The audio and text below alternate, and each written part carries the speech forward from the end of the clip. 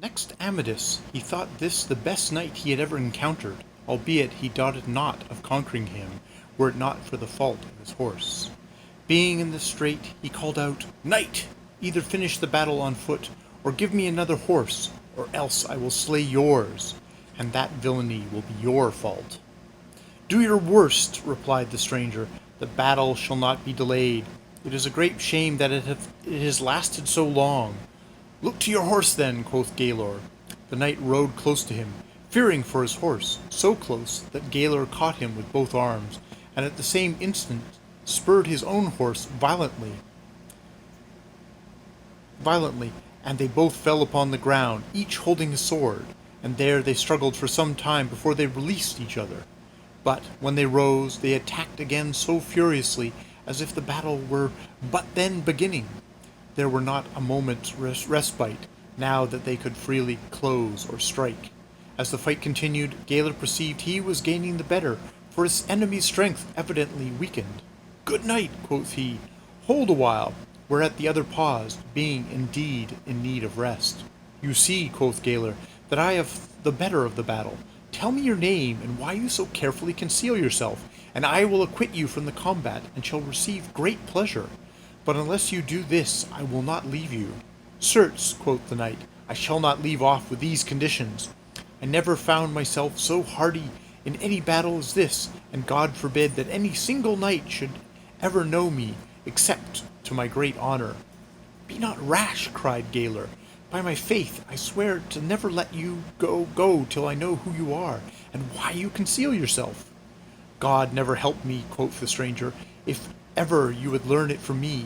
I will rather perish in battle than tell it, except to two knights, to whom, though I know them not, I could neither could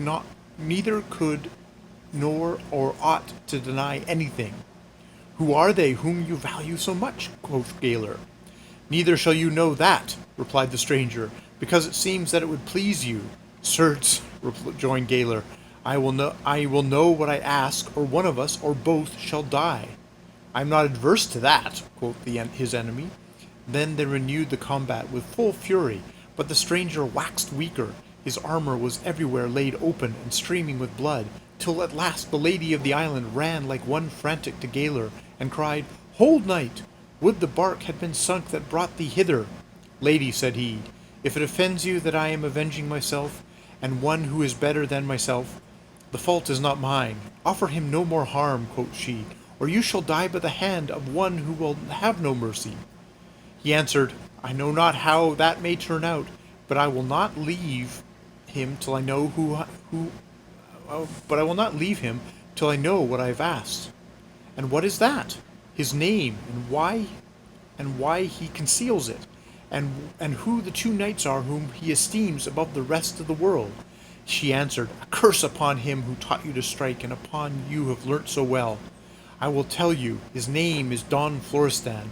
He conceals himself because he has two brothers in this land of such passing worth in arms that, albeit you have proved his prowess, he dares not to make himself known to them, till by his fame he is worthy to join of them.